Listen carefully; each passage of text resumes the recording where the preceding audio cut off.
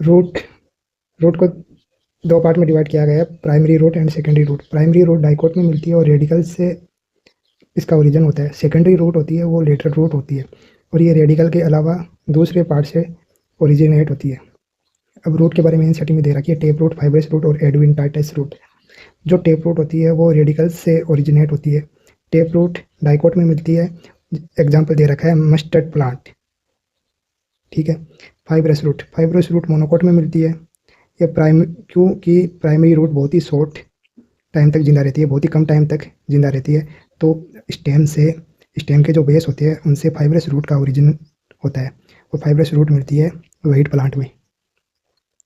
एडवेंटाइटिस root radical से originate नहीं होती है और एडवेंटाइटिस रूट किस में मिलती है? ग्रास में मिलती है, मोनेस्ट्रा में मिलती है और बेनियन प्लांट में मिलती है। ये तीनों एग्जाम्पल एनसीईआरटी में दे रखे हैं। टेप रूट डाइकोट में मिलती है, इसका एग्जाम्पल मस्टर्ड प्लांट है। Adventitious root grass, monstera and banyan plant में मिलती है।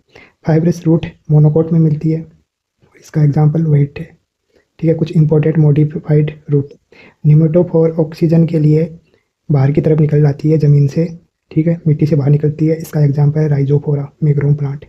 फेसिकुलेटेड रूट मिलती है एस्पेगेरस प्लांट में।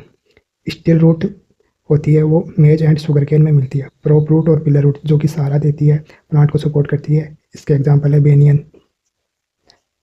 सकिंग रूट जो पैरासाइट रूट होती है वो कुस्कुट्टा में मिलती है।